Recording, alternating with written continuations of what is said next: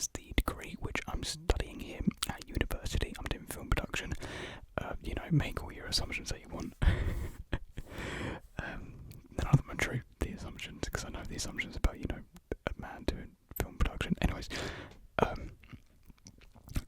today I had a workshop and we were working with a pretty cool camera, and I was able to keep the camera overnight because we're using it tomorrow to do some test footage. So I thought I would show you guys that camera today because it's quite a unique camera. It's very mechanical, to say the least, and I thought we could get some nice mechanical sound.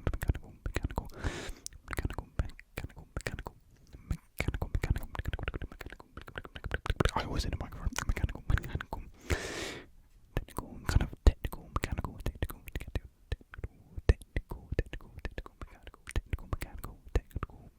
Right, this isn't Trigger Foods video. Let's get to the big old box. Well, it's not that big, but anyways. Oh, what's it?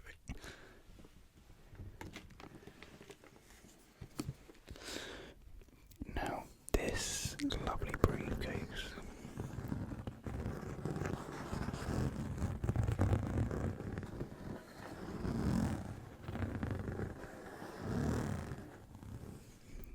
Holds the camera, and it's all its bits and bobs.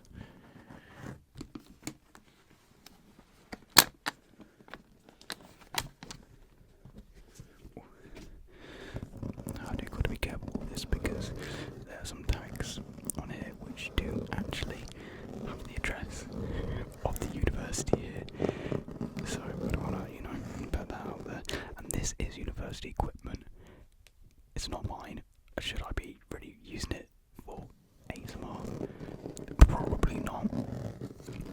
But we make do. This is actually my girlfriend's idea to do this video, so thank you very much, Mrs. Girlfriend.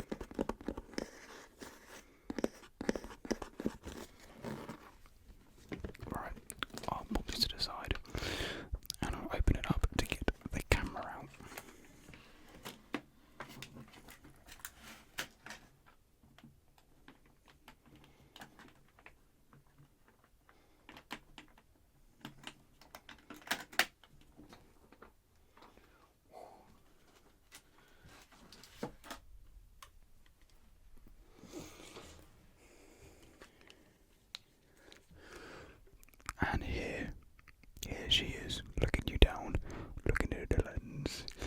So yeah, this is the camera which we're using for our current unit.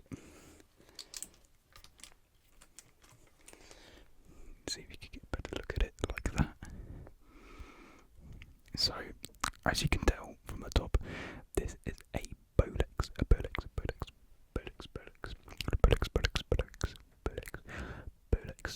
bolex camera, and it shoots on 16 millimeter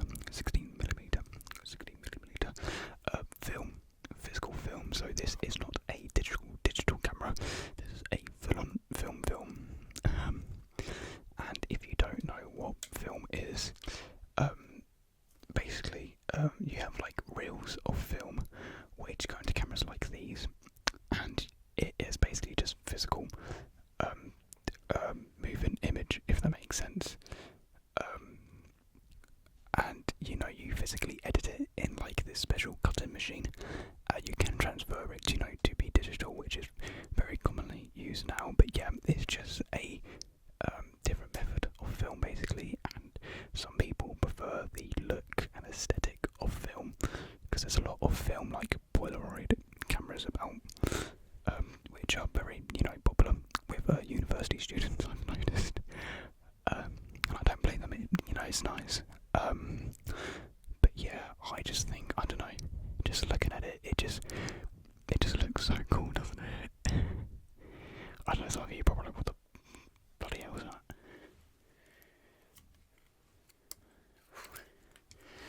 And it's surprisingly a lot heavier than it looks. It's quite small, but my god, it's heavy.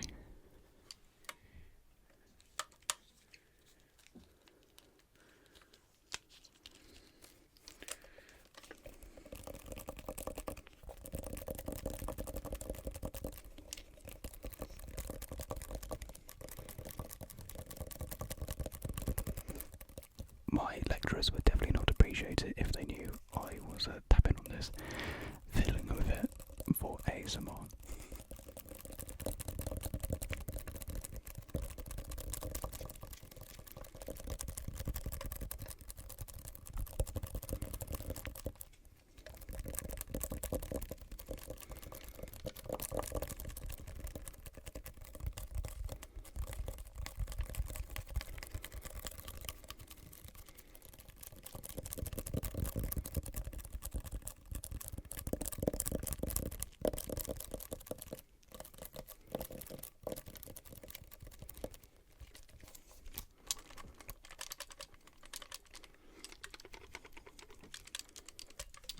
Actually, I really shouldn't be shaking it. That's a terrible idea. Right, so let's get into the features of it. Now, probably the thing that you notice first are these three rather large lenses. And so yeah, this camera has three of them, all slightly different sizes. This, of course, being the biggest. And you got these two here. And I'm not gonna lie, I don't know actually a lot about this camera. Today was actually my first day learning about it. So yeah, I'm still learning all of its parts, components and whatnot. But yeah, you can easily switch between these three lenses. The lens being on this side and this section being the lens being used. And you can change it like this.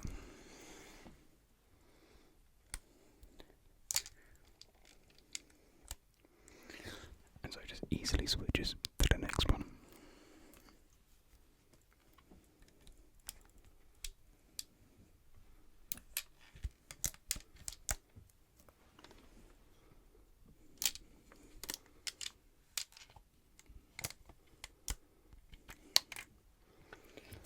So each lens has its different use and function, and it's just basically up to the filmmaker to see what one they want to use. And this one, you've got your f-stop and you've got your is it focus maybe, I don't know. So yeah, f-stop being your aperture, which basically how much light you allow into the lens, because basically cameras just basically work around light. Really, I've been using cameras for about 3 years now, and I still don't really understand the science and mechanics behind it all. I really should by now, but it is a bit confusing for me, I won't lie.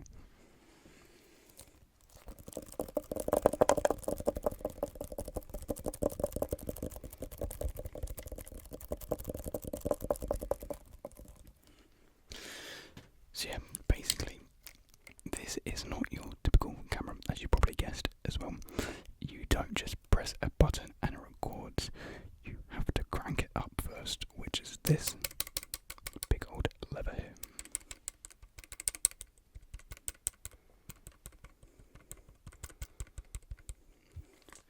So basically, it clips in at the bottom here. Take it out.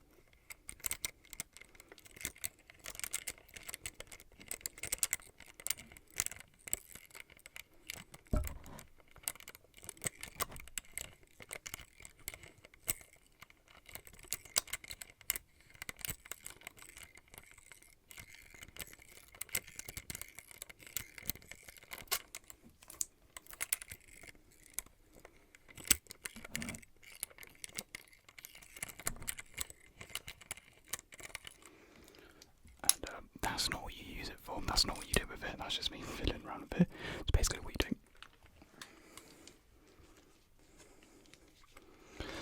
is you get it into this position, clip it into it.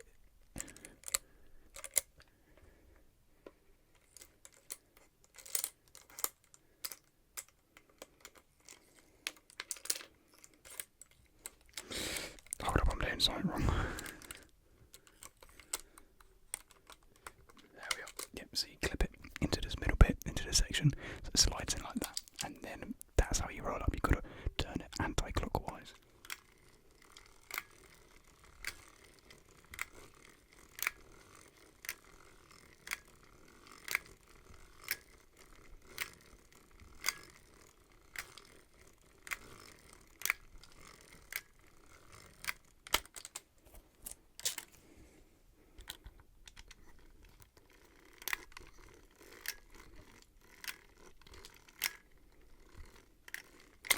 It's quite awkward to crank it actually, because it's quite like there's quite a lot of resistance. It's quite like bouncy. You can't just easily do it. You have to really like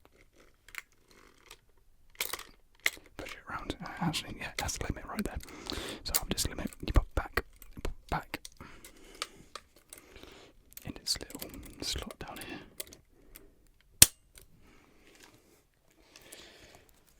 And then this button down here is a button which you press to basically, shoot, so the film will like move around within the camera, taking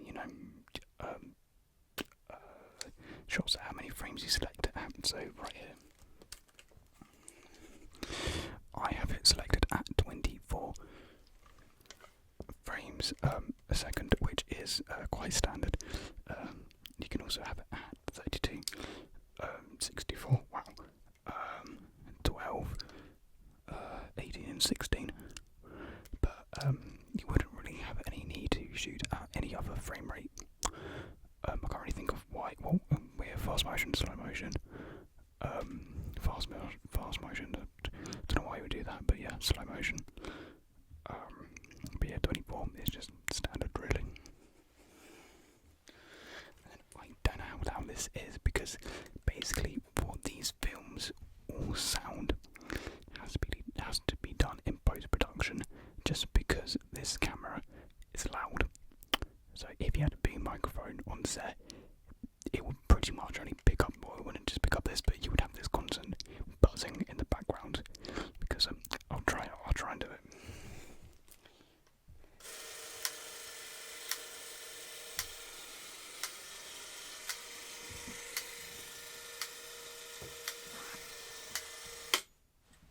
I don't know how loud that was, but with a boom mic picking that up, that would be extremely annoying. And so you can't record sound on set with these. So we have to do all of our sound in post, which is it's going to be a challenge, let me tell you. So yeah, basically with our project of these, we just have to shoot, I think, like a 7-minute film on this. And yeah, we've all been given roles. I'm the producer, so I produce. I don't know. I have to sort out location. I have to sort out actors. I have to sort out some. I have to do a lot of pre-production stuff. I don't think I know yet. I'm going to have a on-set role, but I'm not too sure what it is. It might be set design. I think that's what I might be doing. To be fair, I doubt there'll be too much to do for that, because, well, we're not really designing any sets. We're just having already built locations, so that'll be a pretty easy job.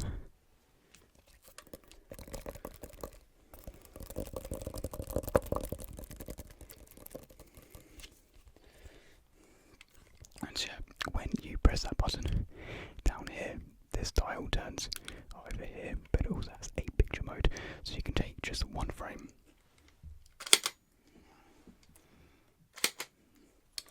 So it kind of sounds like a cash register when you prop it like that.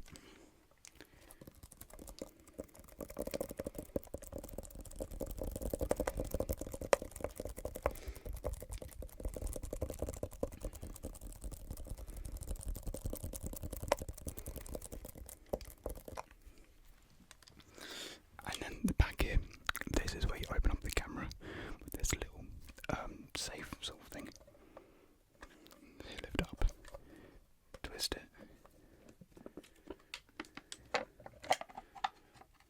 And the top comes off like so. And you always have to place it like facing down like that, because they get very dusty. They get really dusty, like really easily.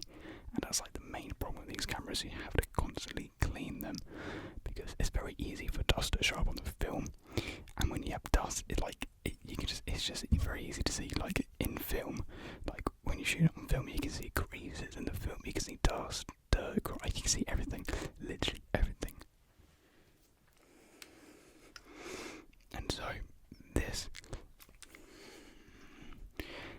is what the inside looks like. And as you can see the arrows pointing as to where the film reel will roll through.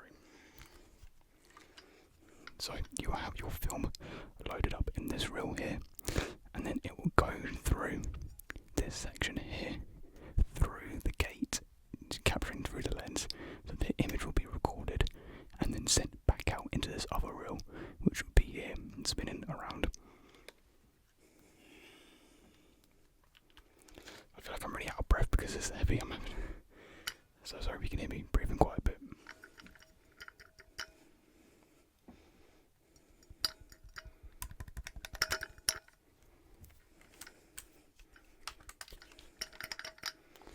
So yeah, there's different sort of mechanics in here. This little lever thing here props open the reel, so you don't have to like get your hands all in them, damaging the reel. So it just props open, you can easily grab it out. And I don't know if you can see too well, but there's a little thing here. That's a guillotine, actually. So if you need to get rid of a bit of film because it's damaged, you basically slide it in there, cut down on it, like you press it on, and it cuts it pretty easily.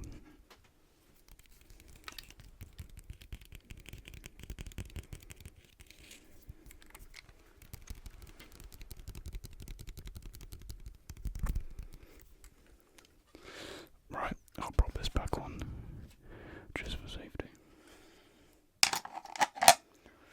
It's alright, it's quite light actually.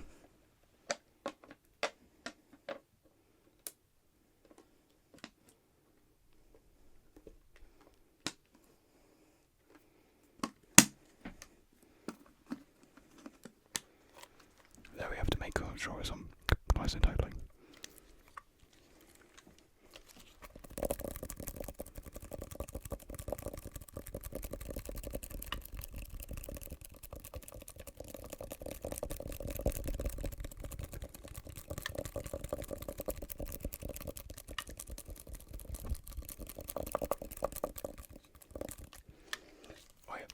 And this here is where you see through the lens, right? There is like a lens piece for your eye, but we have it on for some reason.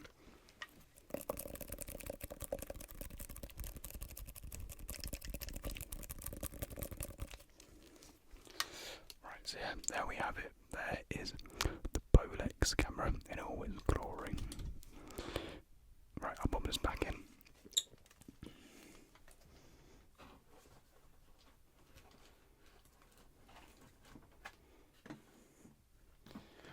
There's a few other bits that I want to show you as well. So this is the other reel which comes in it. As you can see, this is where the film would go.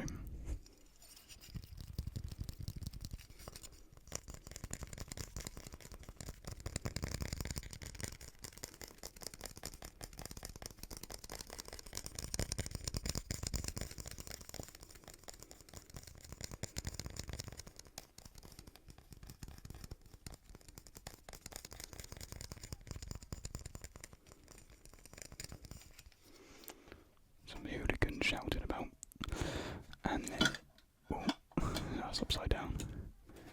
And here we have a little plastic box.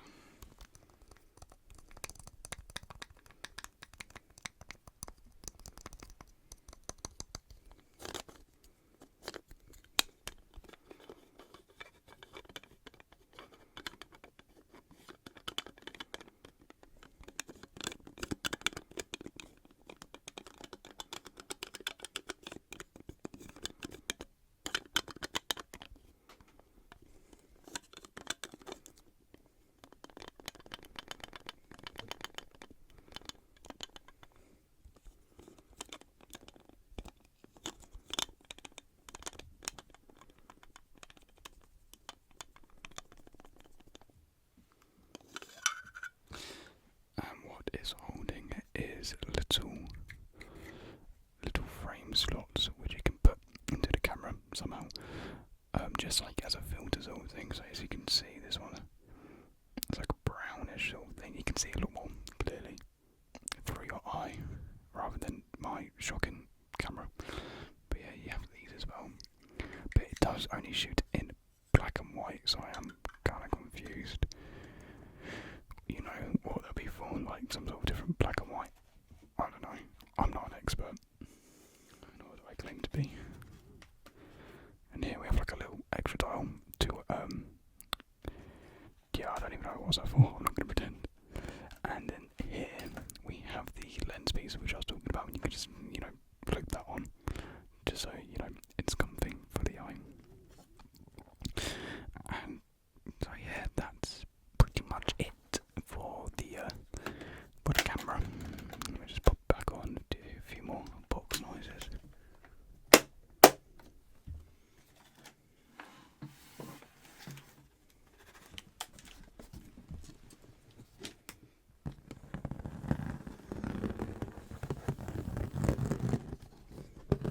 Well, I hope you all enjoyed tonight's video. I had quite a fun time, you know, talking about what I like doing basically. Yeah, you know, it's not something that you really see every day. You know, I think it's a first for ASMR. I could be wrong, but I like to think it's a first for ASMR. Or Made in France has probably done something like this because he's quite, you know, into filmmaking, so probably not the first.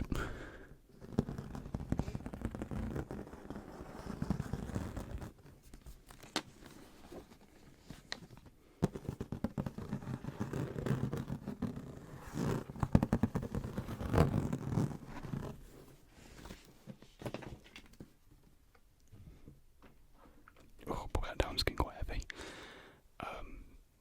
So yeah, that's pretty much it, guys. Like I just said, I hope you enjoyed this video, and I hope you guys have just been enjoying the content recently. Like, the support has been absolutely incredible recently. You know, with Shoe Collection 3 reaching over 20,000, it's like at 21,000 now, almost reaching at 22.